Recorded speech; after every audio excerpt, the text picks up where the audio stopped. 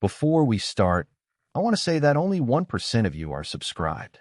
Please subscribe because when we reach 1,000 subscribers, I will post a special video for you. Tom Andrews gazed out the viewport of the diplomatic vessel as it approached the luminous planet of Zarifra. Beside him, his fellow diplomat and seasoned linguist, Marcus Lee, adjusted the settings on his communicator. "This is it, Tom," Marcus said, his eyes reflecting the planet's glow. "Our first real shot at establishing relations with completely new civilization. Think we can pull this off?" Tom nodded, though his stomach nodded with a mix of excitement and nerves. "As long as we stick to the plan and show respect for their customs, I think we'll make the right impression."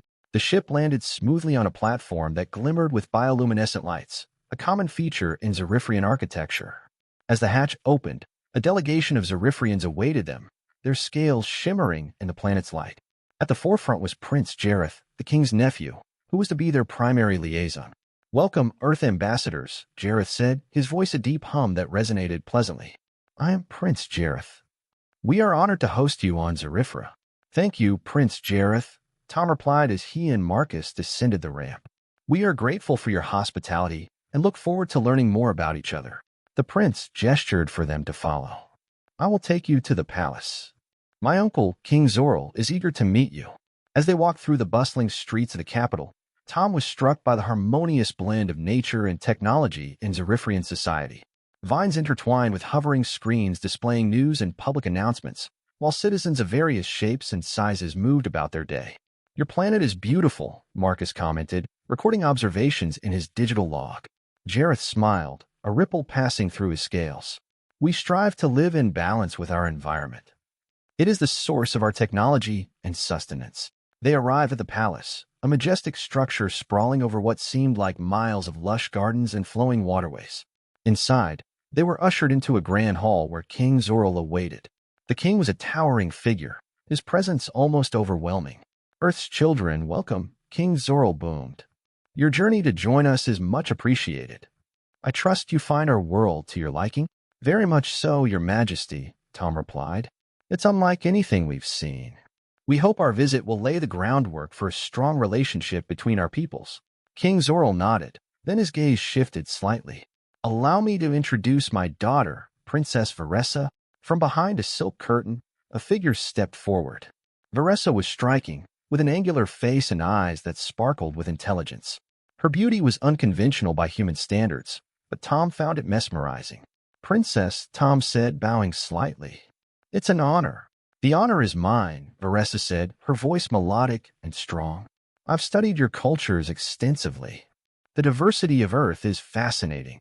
I'm eager to learn about Zarifria as well," Tom responded, genuinely intrigued. "As part of our welcome, we've arranged a tour of the royal gardens tomorrow," Jareth interjected. "You'll see some of the rarest flora and fauna in the galaxy." "That sounds wonderful," Marcus chimed in, always keen on exploring alien ecosystems. The king clapped his hands, a signal that echoed lightly through the hall. "Then it's settled. Tonight you dine with us. Tomorrow you explore." As the group dispersed, Tom caught Varessa's gaze once more. There was a curiosity there, an unspoken question that piqued his interest further. He sensed that this mission would be unlike any other, not just for the sake of diplomacy, but for the personal connections that were beginning to form under the twin moons of Zarifra. The royal gardens of Zarifra were a sprawling canvas of exotic colors and fragrances, a place where the flora was as diverse as the planets in the galaxy. Tom and Marcus followed Prince Jareth through winding paths lined with glowing plants and trees that hummed softly in the breeze, a symphony of natural sounds. "These are the whispering willows," Jareth explained, pointing to a cluster of silverbark trees. "They are sensitive to the presence of beings around them. It's said that they can sense the emotions of those who walk beneath them." Marcus, ever the curious scientist, held his hand close to the bark. "Incredible. Their bioluminescence must be a form of communication, or perhaps a reaction to external stimuli." Tom, however, was distracted. His thoughts drifted to Princess Varessa, who had joined them for the tour but kept a respectful distance, often pausing to explain the significance of certain species or to answer Marcus's relentless questions. "Princess Varessa," Tom called out as they approached a particularly vibrant flower that seemed to shimmer in the air. "Could you tell us about this one?" Varessa walked over, her scales catching the light with each step. "This is a luminous lyricalia. It's unique to our world. The flower's glow intensifies with the moon's cycle, reaching its peak when both moons are full. It's quite a sight. Tom nodded, appreciating the flower and the explanation. Your knowledge of the natural world is impressive. Vanessa smiled slightly. It's my passion. I believe understanding our environment helps us connect better with our universe. Their conversation flowed effortlessly as they moved away from the group, drawn together by shared curiosity. Jareth and Marcus were deep in discussion, leaving Tom and Vanessa to explore a secluded part of the garden. I've always felt a bit out of place, Vanessa confessed as they walked along a hidden path. My interests are often at odds with what's expected of a princess. Tom listened intently, finding her more fascinating with every word. I know what you mean. Back home, I'm just a diplomat. Here, I feel like part of something much larger. They reached a small pond, its surface smooth and reflecting the stars above. Vanessa sat on a stone bench, patting the space beside her. Tom joined her, their shoulders brushing slightly. In many ways, you are part of something larger, Vanessa said, her voice soft. What happens here could shape the future interactions between our worlds. I'd like that future to be a friendly one, Tom replied, turning to face her. Perhaps with more understanding and fewer barriers. Vanessa's eyes met his, and in them, he saw a mirror of his own hopes. She leaned closer, and impulsively, Tom reached out to touch her hand. The contact was electric, charged with the potential of what could be. Is this forbidden? Tom asked, aware of the complications their growing bond could create. Perhaps, Vanessa whispered, her breath a warm caress against his cheek. But some things are worth the risk. They moved closer, their faces inches apart. Tom felt her breath mingle with his, the moment stretching out like the endless universe. Then, gently, inevitably, they kissed. It was a kiss of discovery, of tentative steps into unknown territories. As they pulled away, the world around them seemed to hold its breath. We should be careful, Vanessa murmured, a note of regret lacing her words. Tom nodded. We will. We'll figure this out together. As they walked back to rejoin the others, the weight of their choices hung between them, yet so did a sense of exhilaration. They were charting a course through uncharted space, guided by the stars in their hearts. The following days on Zarifra were charged with an electric tension that Tom could feel pulsing through the air. Each meeting with Princess Vanessa deepened their bond, though they both knew the risks. Their secret meetings became the highlights of Tom's days, each encounter leaving him more entangled in the emotional web they were weaving. One evening, as they sat in a secluded alcove of the palace library, Marcus stumbled upon them. The room, filled with ancient tomes and the scent of old paper, suddenly felt too small. Tom, there you are. I've been looking everywhere for you, Marcus said, his voice echoing slightly in the quiet. He paused, noticing the close proximity between Tom and Vanessa. Oh, I didn't realize. Tom stood up quickly, a flush creeping up his neck. Marcus, it's not what it looks like. Vanessa, ever composed, rose gracefully. Actually, Marcus, it is exactly as it appears. Tom and I have grown quite fond of each other. Marcus looked from one to the other, his analytical mind piecing together the implications. This could complicate things, Tom. You know the council's stance on fraternization with alien dignitaries, especially in an unofficial capacity. Tom ran a hand through his hair, frustration and fear mingling in his eyes. I know, Marcus, I know. But it's not something we planned. It just happened. Marcus sighed, his demeanor softening. What are you going to do? Before Tom could answer, a sudden commotion in the hallway drew their attention. Voices raised in urgency filtered through the library doors. Vanessa's assistant rushed in, her face pale with worry. Princess, you must come quickly. The king has learned of your association with Ambassador Andrews. He is furious and is calling for an immediate council meeting. Vanessa's expression hardened with resolve. Thank you, Lyra. We will be there shortly. She turned to Tom and Marcus. It seems our private matter is no longer just ours. As they hurried to the council chamber, Tom felt every step weigh heavily. Inside, the chamber was already filled with murmurs of disapproval and curiosity. King Zoril sat at the head of the room, his expression stormy. Vanessa, would you care to explain the rumors swirling about you and the human ambassador?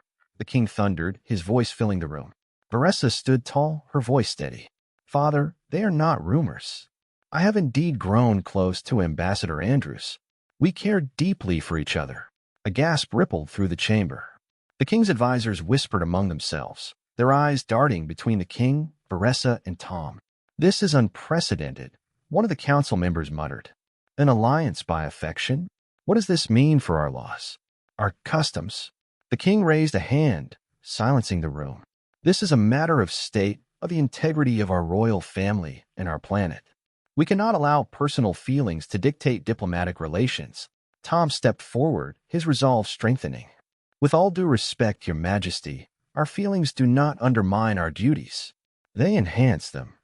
Understanding and affection can bridge the gaps that politics and protocol often widen." Marcus nodded in agreement, stepping beside Tom. "Your Majesty, if I may add, our mission here has always been to foster understanding and peace. What better way than through genuine connections between our peoples?" The king looked between the three, his expression unreadable. The room held its breath, waiting for his judgment. After a long moment, the king finally spoke. "I will consider this matter further. Until then, Ambassador Andrews, you are to remain within your quarters when not attending official duties. Varessa, you are confined to the palace." As they left the chamber, Tom glanced at Varessa, her hand brushing against his briefly, a silent message of solidarity. They faced an uncertain future, but for now, they faced it together. The news of Tom's and Varessa's relationship had spread through the intergalactic channels faster than light. By the time the Galactic Council convened, the affair was the scandal of the century, discussed in hushed tones and overt mockery. Tom, sitting beside Marcus in the vast, amphitheater-like council chamber, could feel every eye on him. The chamber was filled with representatives from numerous planets, their varied forms a mosaic of the galaxy's diversity. At the center, the Grand Arbiter, a figure of imposing presence, called the session to order.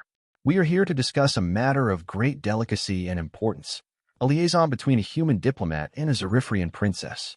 This council will determine the appropriate response to such an unusual pairing." One of the council members, a tall, thin creature with luminescent skin, stood up. "This is preposterous," he exclaimed. "Allowing such relationships could undermine the very fabric of our diplomatic protocols. What's next? Intermarrying with every species we make contact with?" Marcus leaned over to Tom. "They're making it sound like a circus instead of what it is, a genuine connection between two individuals." Tom nodded grimly, his jaw set. "We knew it wouldn't be easy. But hearing it like this..." Another council member rose, his voice booming across the chamber. "And what are the offspring from such unions? Have we considered the implications on their status, their rights, or their identity within the galactic community?" Before Tom could respond, a voice cut through the clamor. It was Prince Jareth, who had until now been silent. "Honored members, I ask you to consider the potential for unity and growth that such a relationship represents.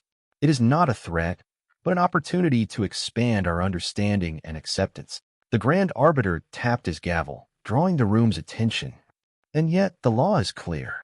Relationships between diplomats and members of the royal families they liaise with are expressly forbidden to prevent conflicts of interest and breaches of trust." Tom stood, feeling every gaze like a weight on his shoulders. With all due respect, those laws were made when galaxies were isolated from each other, scared of what was unknown. Perhaps it's time to reconsider what we classify as a breach of trust. Varessa and our relationship isn't a liability. It's a testament to the fact that different beings can come together, learn from each other, and find common ground. Murmurs rippled through the chamber. Some sneered, while others nodded thoughtfully. The Grand Arbiter considered Tom's words. "Your point is well taken, Ambassador Andrews. However, the law is the law. Until it is changed, it must be upheld." Marcus, who had been silent, now spoke up. "Then perhaps it's time for change. If we, as a council, truly value peace and understanding among civilizations, shouldn't we embrace these instances as milestones rather than mistakes?" The Grand Arbiter paused, then nodded. "This council will take time to deliberate the points raised today. Until a decision is reached, the human ambassador and Princess Varessa will refrain from contact." As the council members filed out, Tom and Marcus remained seated, processing the weight of the session. "Regardless of what they decide, you've started something important today," Marcus said, clapping Tom on the back. Tom sighed, looking toward the exit where he had last seen Varessa. "I just hope it's enough." Back at the palace, Varessa paced her room, her thoughts a tumultuous swirl. Lyra, her faithful assistant, watched with concern. "Your Highness, maybe you should rest. You've hardly slept since the council meeting." Varessa stopped and faced her. How can I rest, Lyra? The man I love is being judged, and so am I just for falling in love. I need to do something. Lyra nodded, her expression resolute. Then we will plan.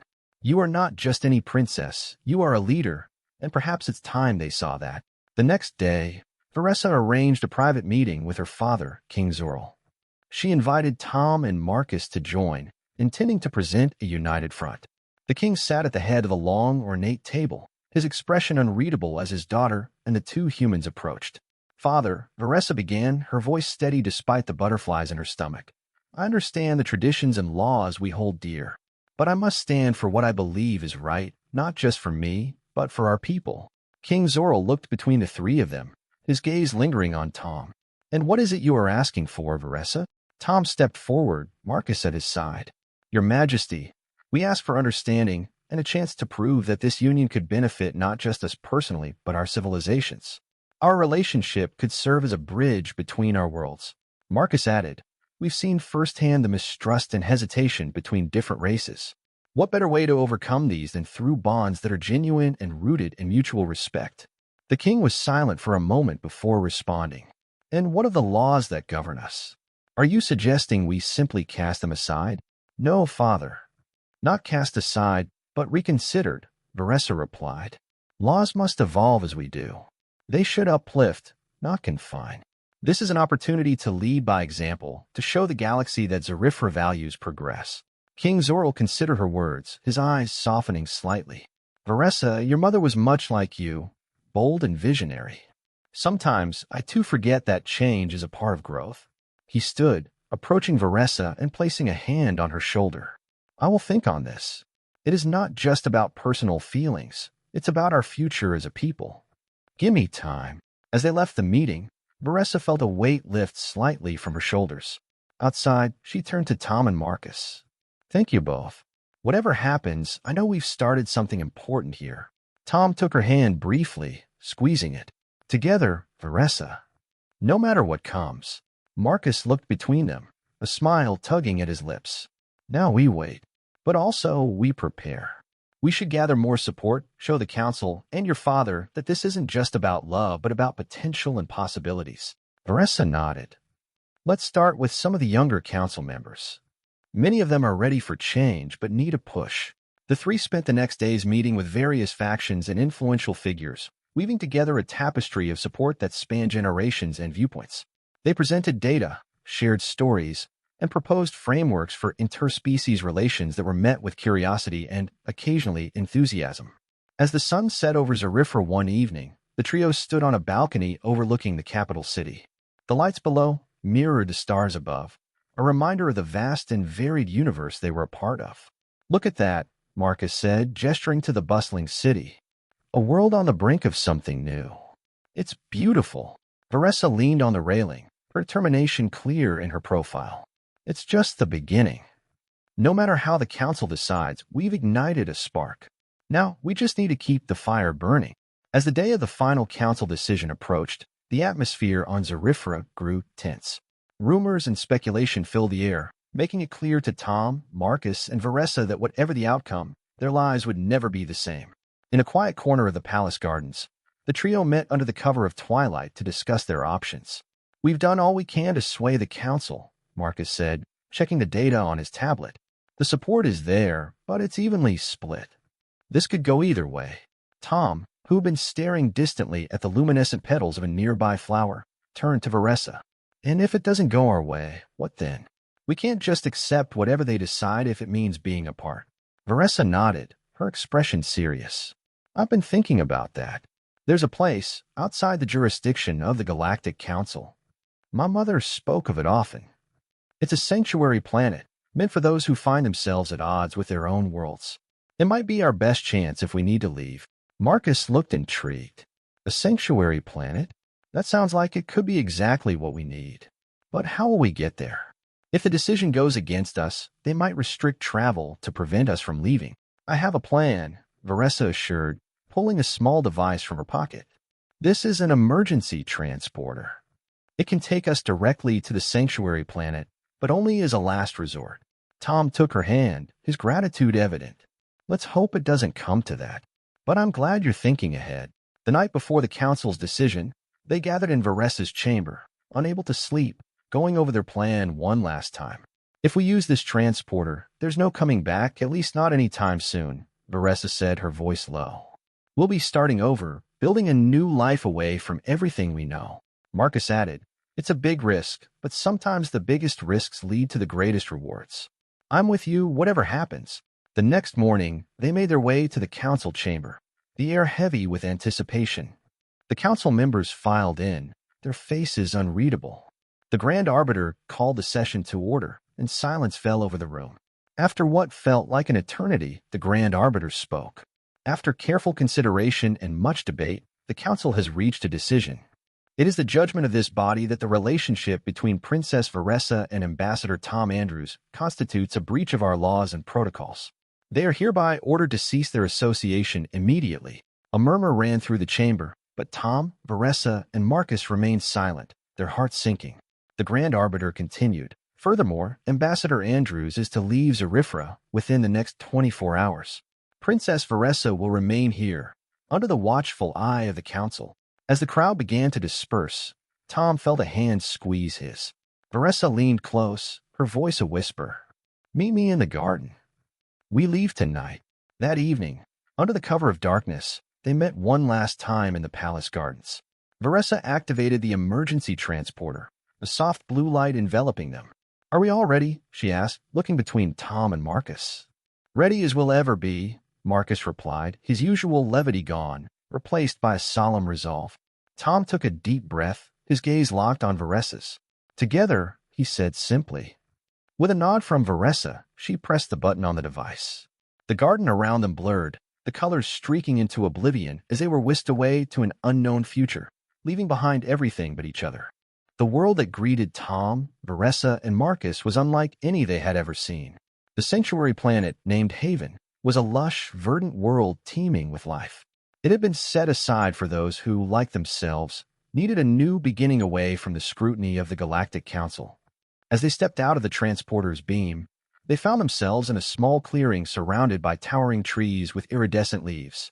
The air was fresh, filled with the scent of unknown flowers. Welcome to Haven, Varessa said, taking a deep breath as she looked around. It looks like we'll be the first to make a home here. Marcus, ever the explorer, was already examining the flora with his scanner. This place is incredible. The biodiversity is off the charts. We could live off the land here if we needed to. Tom walked over to Varessa, taking in the serene beauty of their new surroundings. It's beautiful, Varessa. A good place to start anew. Over the following months, they built a small cabin using the abundant natural resources. Varessa, with her knowledge of botany, cultivated a garden that thrived in the fertile soil of Haven. Marcus, meanwhile, documented everything from the plant life to their daily progress, creating a comprehensive log of their new life. One evening, as the sun set casting a golden light over their new home, Varessa shared some news. Tom, I think it's time we told Marcus. Curious, Tom nodded, and they called Marcus over, who had been down by the stream. What's up? Marcus asked as he approached, wiping his hands on his trousers. Varessa took Tom's hand, smiling broadly. We're going to have a baby. Marcus's eyes widened in surprise and delight. Really? That's amazing. Congratulations. The news brought a new energy to their small community. As Varessa's belly grew, so did their preparations. They expanded their home, built with the future in mind, ensuring it was safe and comfortable for the child. Months later, the day arrived. With Marcus's help, Varessa gave birth to a healthy baby girl. They named her Solara, a nod to the new dawn and their hopes for her future. As Solara grew, so did their understanding of Haven. The planet seemed almost designed to support them, with its resources plentiful and its environment stable. One day, as they sat outside their home watching Solara play, Tom spoke up. Do you ever think about going back? To show them what we've achieved here? Varessa watched her daughter, pondering. I do. But then I see all of this, she gestured around them, and I realize we have everything we need right here. We've proved that a life built on love and understanding can flourish, even away from what we once called home. Marcus nodded in agreement. Besides, we've started something here. Who knows? In time, Haven might become a beacon for others like us, a true sanctuary. They spent their days exploring, learning, and documenting Haven.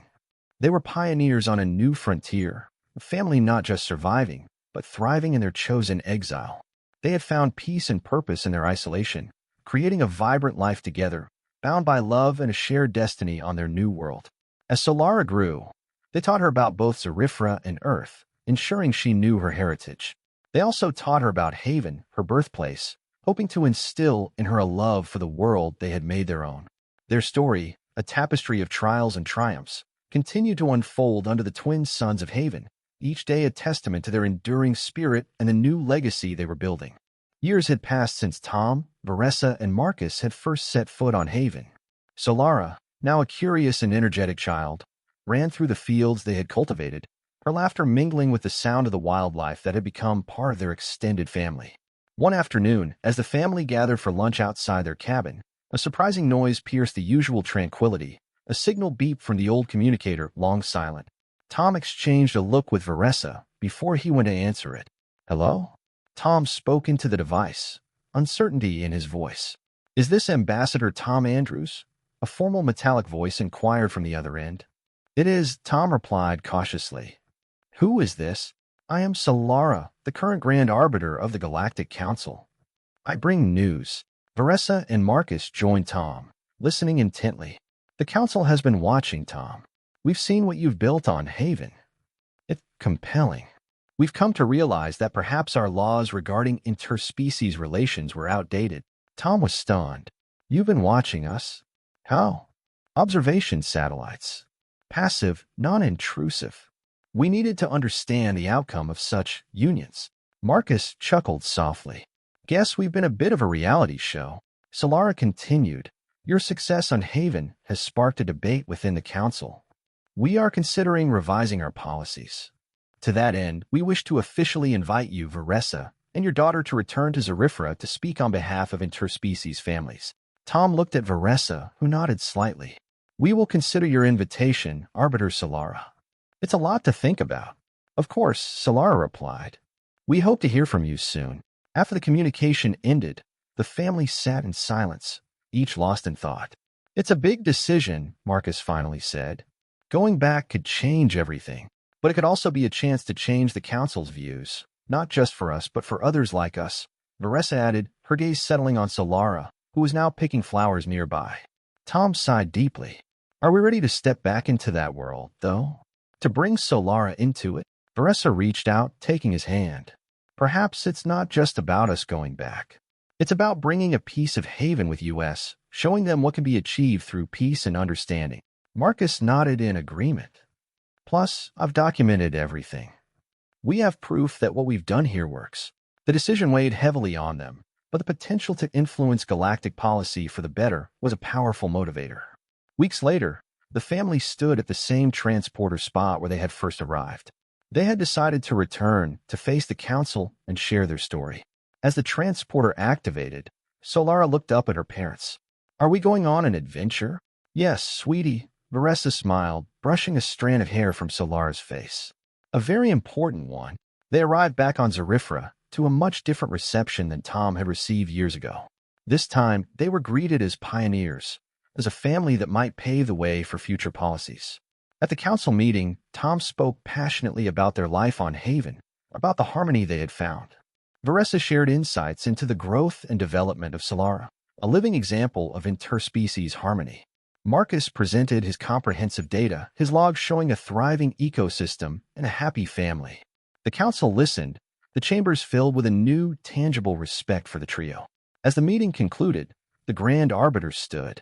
"Your testimony has moved us," Solara declared. "We will begin the process of reforming our laws to embrace and protect interspecies families. Thank you, Tom, Varessa, and Marcus, for showing us a new path." The family left the chamber, hearts light and hopeful. They had not only defended their love and lifestyle, but had ignited a shift that might change the galaxy for the better. As they walked out under the twin suns of Zarifra, Solara squeezed her parent hands. "Can we go home to Haven soon?" "Soon," Tom smiled, knowing that no matter where they went, their journey would always lead them home to Haven.